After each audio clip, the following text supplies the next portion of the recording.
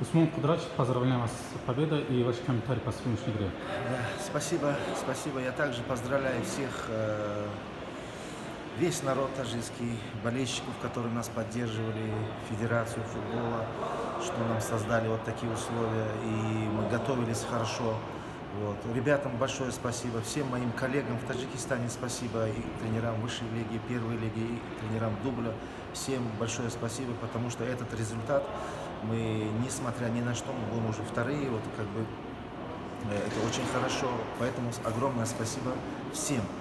Вот, и тренерскому штабу большое спасибо. А если сказать по игре, начали очень нервно, конечно, очень сложно. Даже у тех ребят, которые хорошим пасом владеют, не шел пас, немножко все-таки чувствовалось волнение.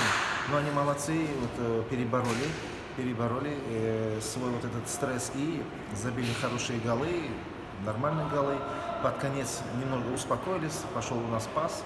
Вот, так что я думаю, что хорошо, с хорошим настроением. Вот, теперь будем ждать, как сыграет в тех группах, зависит от их сейчас наш как бы выход в следующий этап, или же будет команда готовиться к Кубку Азии. Как в целом вы оцениваете итоги отборочного раунда для команды? Ну, я думаю, что хорошо, хорошо. Мы не могли, конечно, тяжеловато обойти сейчас на сегодняшний день Японию.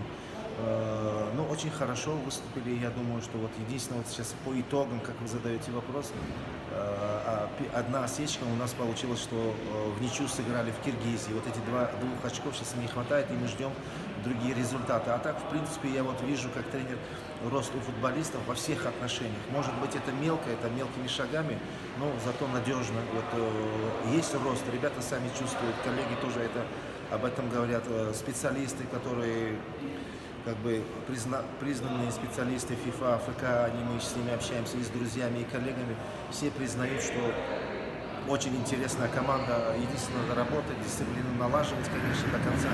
А так, я думаю, что молодцы, ребята очень хорошо, много хороших, кроме них еще есть ребята хорошие, очень много в Таджикистане.